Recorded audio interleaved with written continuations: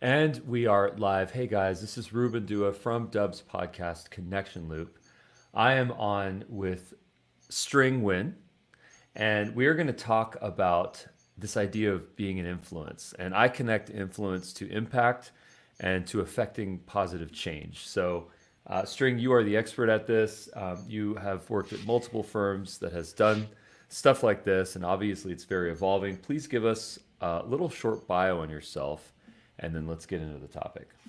My name is String, and I always start with my mum. She's a credit to who I am today.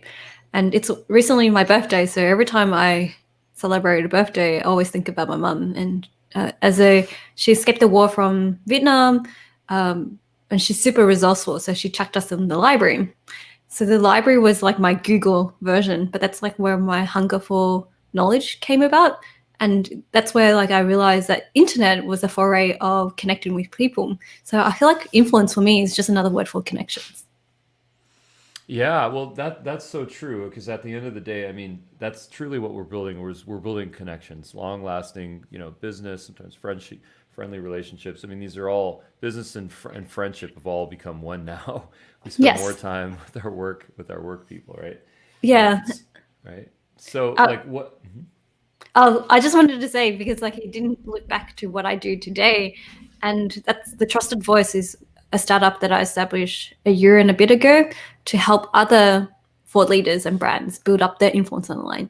Especially with COVID now, we need to have a digital footprint because our connections is more online than ever. So how do you build up these connections and influence online? So then your trust factor is able to convert to your product, to your service, to your mindset, to your thinking, to your community. You need to start having that influence online now. Hmm. I recently had a conversation with someone, and they were talking about how sometimes it's hard to get people's attention. It's hard to get email responses. It's hard to get phone calls back. And what was going through my mind is how much impact does this person have? How much influence do they have? When someone else receives a message from them, does that person feel like they are maybe fortunate, maybe that they are in the company of goodness, and that as a result they should probably return the phone call?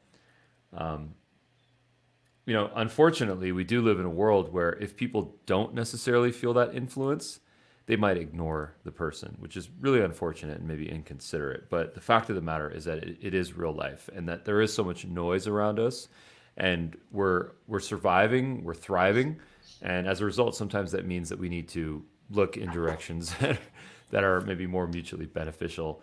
My first question for you is, how can we get into this idea of making an impact, but also growing our influence at the same time? I think what I've noticed is a transitional change from LinkedIn has been part of this conversation of this trend where professionals are becoming content creators because Hmm. so professionals, especially experts in domain expertise and thought leaders, they're doing it already with their books, with speaking gigs. But again, COVID has shifted everything entirely, and they realize that they don't have any visibility online. So that it's almost like they have to create a backlog of trust and expertise within a short period of time. When in many ways, I feel like that if they became content creators a year ago or 2 years ago, they have a leg up compared to people who are competing now.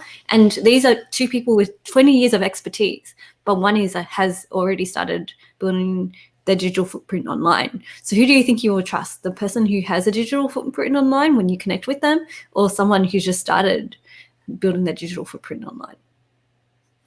Well, I would add to that and say that the first thing I always do when I want to connect with someone is I go on their LinkedIn profile and I go look for a video that they've done, because that's just like having a conversation with them. I can hear them communicate, and I can hear maybe get a general idea of what their thesis is about. And as a result, that builds trust, and that makes me want to have a connection with them, or explore opportunities, create content, whatnot. So I completely agree with you. The thing about LinkedIn is that it started out as a digital resume, and now it's become one of the best social networks out there. The most engagement, the most community, the most education that might be happening, maybe second to YouTube, maybe not. And as a result, all these amazing connections are being made. My question for you is, how do you get started? Like, where do you start? There's all sorts of issues that people face when they're getting started with being a creator. How do you get over those? Oh, get over yourself. Hmm. Actually, because like we have this internal dialogue in our head that stops us all the time. And we I think the best mindset to have is that you share what you learn Hmm. instead of like saying, "Hey, I'm the best," which is doesn't really add value. I strive to be the best actually, but I don't do it in a way to say, "Look at me, I'm awesome. Look at me, I deserve to be in this spot." That's an entitled feeling. But what I do share is, "Hey, this works. This doesn't work." And share what you learn is probably the best way to add value because they know that they come to you saying, "Oh, this person's really sharing great, insightful insights, and I could relate to this person." And I guess it depends on the personality because a lot of people are, and I sell online. I'm selling myself online, sharing value, sharing connections, sharing great insights. These like I feel like that's what, if you're starting creating content online or on LinkedIn, you just start creating and writing. And your first post will probably be horrible, especially if you're not a professional writer in the first place. Just a little bit of backstory. I almost failed in English because I came from a non-English background. English is technically my second language because mum taught. I learned speaking Vietnamese, but I grew up in a learning English, so I kind of like have a different way of thinking. But I learned that it's not about typos or grammars or perfection in writing. It's actually conveying your key message more effectively. Hmm. And because of that, I became less stressed about typos. And I get free editors along the way because they want to reach out to me. And then I realized when I like do typos or editing or grammar mistakes, people are just reaching out to me and correcting it because they wanted me to succeed. But also, I think it's giving them permission to reach out and talk to me. Got it. So it's almost like that's a great metaphor almost in that micro flaws create connections with people. Yeah, they do, and fried chicken too, because that's what I do. I get it's like people, especially when you're creating so much content. I realize like people are looking for ways to connect with me, so I can use it as inbound, and that's why I'm not so precious about my typos and stuff like that because I do it deliberately. And people's like, "Are you doing that deliberately?" It's like, no, I just want to push out more content. Truthfully, I just want to push out more content Hmm. because volume is a game that you have to play on LinkedIn. So how much is too much? If you only have like less than 30,000 connections and you're posting 10 times a day, that's too much. It's not Twitter. And what would your recommended amount be if you really legitimately want to grow your presence on LinkedIn? If you have 1,000 connections, posting daily would like pretty much saturate that volume, right? And I'm posting almost like daily, high quality content because I know that every time I post something, it's of a standard that I'm happy with that would continually help me to grow and position me. And Hmm. Right. And then how would you qualify quality content? What are some of the pieces of content that you like to put out there?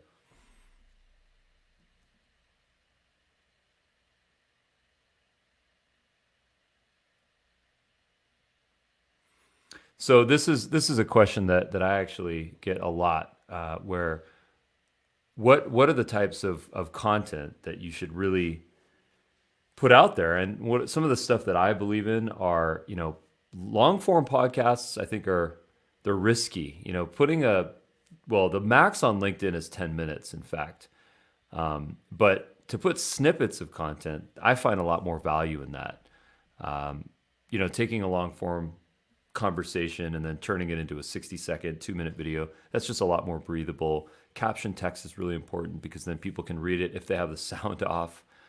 What kind of stuff are you putting out there? And I actually think we lost your audio, so you might have to rewire yourself. So, yeah. So you okay, so the question is this. The question is, what type of content to put out there. I think podcast conversations. I think carousels on LinkedIn are extremely valuable. I think any type of text-based posts on LinkedIn are really good. The thing that I've been A/B testing constantly is text posts versus image posts on LinkedIn, and it's just this ongoing A/B test that I've been doing. And I don't have a verdict for it yet, but I know that sometimes video does not actually perform better than text and or images. So I don't know if people have noticed that as well, but I think it's really good to continually test the algorithm on LinkedIn and just to figure out, hey, listen, if I put a carousel, how's that going to do? If I put an image, how's that going to do? If I put text only, how's that going to do? And then the other thing is mentioning. I find polls do incredibly well in terms of engagement. Polls, yeah. I think you're right about that.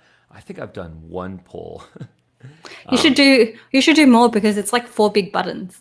Ah, And when you click on 4 big buttons or one button, it brings up the engagement. So I recommend that you make the most of the real estate or polls, but make it so it's like so easy for people to respond to. You don't want them to overthink that. You just want to make it an easy question, easy A, B, C, D, so they could like click on it straight away and make them curious enough to contribute as well. It's actually a great conversion tool. One of my members of the Trusted Circle, which is like a membership of the Trusted Voice, did a poll with a webinar name. Say, hey, I'm running a webinar. Which topics are you super interested in? And he did personal branding, sales, and another one, and other. And he got a lot of hits with personal branding, and he had like 200 people registered for this webinar. so is there a world where you can use a poll to promote something else, or do you recommend? I guess it's a larger question, really. External links. I'll just start there. There's a lot of controversy about putting external links in social posts. In fact, some people say do not do it. Put it in the comments. A lot of people say, generally speaking, your LinkedIn posts or social media posts should not even ever try to drive traffic away from LinkedIn. The algorithm doesn't like that. It's not going to be good for your overall brand. It might come off as salesy. What is your take on that? Why are people so afraid to sell something when we're selling all the time? We're selling ourselves online all the time. Well, the answer to that is that if I make my post too salesy on LinkedIn, then the algorithm is going to say, oh, well, there's an external link. This is going to get less visibility. And at the end of the day, I might not get as much engagement. Yeah. I guess like if you want engagement, it's like always at the end of the day, it's always like about the goals and metrics that you want to achieve. So each post that you have to do is like should be focus on the overall goal objective that you want to achieve, but also just note that every time you do put a link in there, it does contribute to lowering your reach. But the first thing that you need to do before you think about that stuff is like, do you have the right engagement happening with your community first? Yeah. Do they, every time you post, do they organically go in there and contribute to the conversation? Just in general. And what are some of the things that you've kind of picked up or learned along the way? How do people like to consume content on LinkedIn? What are some of the best tips that you might be able to give people? You mentioned polls, which is fabulous. What else? And written status posts. I've been looking after other people's accounts, and status posts, 200 words, only written, do the best. First line should be polarizing title. Think of them as clickbait, or think of them as your title of your email subject line or your title of your blog post. It should be polarizing and attention grabbing, because the first 2 lines are what people see. Optimized for, and then have a very strong call to action too, because people write passively too. So a tone that I notice like non-professional writers do, and I don't even call myself a professional writer. I'm more of a content writer that focuses on engagement, and I noticed that writing in present tense, not passive, like as if you're reading writing as if you're having a conversation with that person right now, right then, helps a lot. And when you say status post, what does that mean? Status post, like status on a project, or a status post is what I call like, how like Twitter has what are you doing? That's what I call a status post. Like LinkedIn has that too, and everyone calls it post, but I call them status posts because there's an article. There's so many written forms of articles and types of art of content that you could deliver. I feel like you could deliver like about 8 pieces of content on LinkedIn, like 8 different types: the PDF, polls, Oh, videos, right. GIFs, status post, like status post articles. That you have so many variety of it that you just realize like, oh, you could do so many things on LinkedIn with just by thinking about the cadence of the conversation and what you need to push out to build up your influence as well. And Hmm. that's what, and everyone always hits this like weird one note, but that's not how people think or engage or have conversation with people. You need to like be super excited one day and then go chill and have a bit of a breather, but then you hit them with something else interesting as well. So it's not like I'm excited, or think of it in terms of as if you're talking to someone and you're controlling the conversation. So I think really what you're talking about is more conversations. In fact, more casual connections, casual content, less on the, maybe corporate, maybe stuffy stuff that's overproduced. I think I think what people struggle with on this front is that it starts to feel like a little bit of a diary, and it requires a certain level of vulnerability to share some things that are happening in our life at the true vulnerable level. And I think Mhm. that a lot of people have their guard up, and whether that's a good thing or a bad thing from a survival perspective, one could argue it. But um, how can how can we attain a healthy balance of vulnerability to be able to really share a true status update? Well, I feel like again, it's just sharing what you feel is real to you and is authentic to you, and that usually aligns with your value systems. Hmm. If you feel like you're doing something against your value system, of course it's going to feel like crap. And I think that the best way to approach it is you don't have to share everything because that's the victim mentality that you don't want to convey or the desperation that you want to convey, but do it in a way that people don't mind vulnerability, but also you could say, hey, I'm feeling like this, but I overcame it by doing this, which is what I've seen works really well on LinkedIn because people don't want to hear it's like, oh, I have a bad day, because you're contributing to their bad day as well by giving that bad vibes. It's just like it's like going to a party. Not everyone is switched on, but there are people who are switched on, and they tend to have the most attention, right? It's the same thing on LinkedIn and other social platforms. You want to like follow people that are switched on and are willing to have those conversations. And if you want to be vulnerable, you can, but you need to do it in a way that is authentic to your brand and your values. And when you do one post that's off brand, people would pick up on that unconsciously as well. Hmm. Yeah. Well, I And think if you one of want to do my vulnerability, I love to know your vulnerability. Actually, Ruben, have you like being a dad? Is that a vulnerability, or is that being a proud moment of being a dad?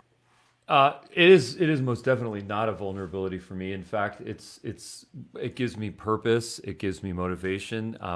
My videos with my kids in them are the funnest for me. I don't forget about the engagement. People love cute kids. It's all good, but it's just fun for me because it's an integration of like personal life and professional life. Because I don't really have a difference in them. It's just life for me, I work with my kids sometimes. We're sitting right next to them. We have fun. We take breaks and whatnot. I think vulnerability, from my perspective, is I think the first thing is talking about failures in the most honest way possible. And I don't mean failure from in a glorified Silicon Valley sense where I put for failure on my Lamborghini license plate. That's not what I'm talking about. What I'm talking about is the aftermath. The familial, the financial, the health. All the things that happen to a person as a result of being a startup founder, taking risk, making investments, doing something that's different, being creative, taking the path less taken. And those stories I think are the hardest to share because a lot of people don't want to share the moments where they were sleeping in a car, they were homeless, they were kicked out of a house, they lost their health, they got addictions, There might, depression. And I think it's because like we don't regularly celebrate those moments.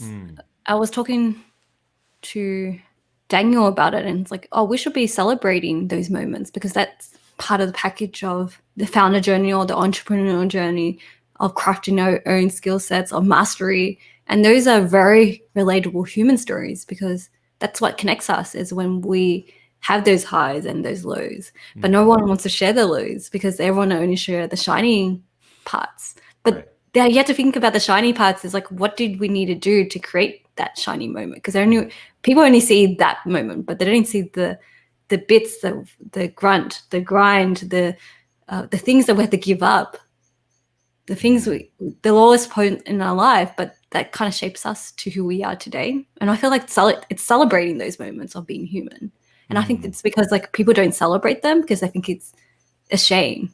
Like should be ashamed that we slept on the streets or inside our cars or lost our homes. Like those are shameful moments.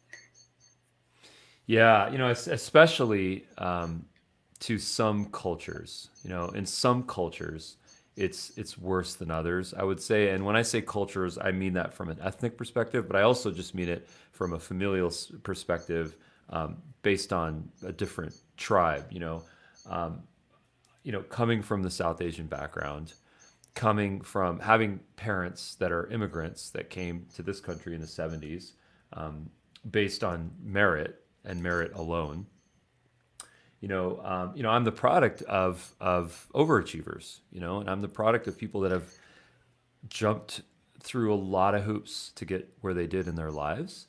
And with that comes a certain level of expectation of excellence, And I think that, on one hand, someone can play a victim card and they can say, well, I'm never good enough, or I can never fill the shoes of someone, or I can never be the best that this person was, or be better than this person.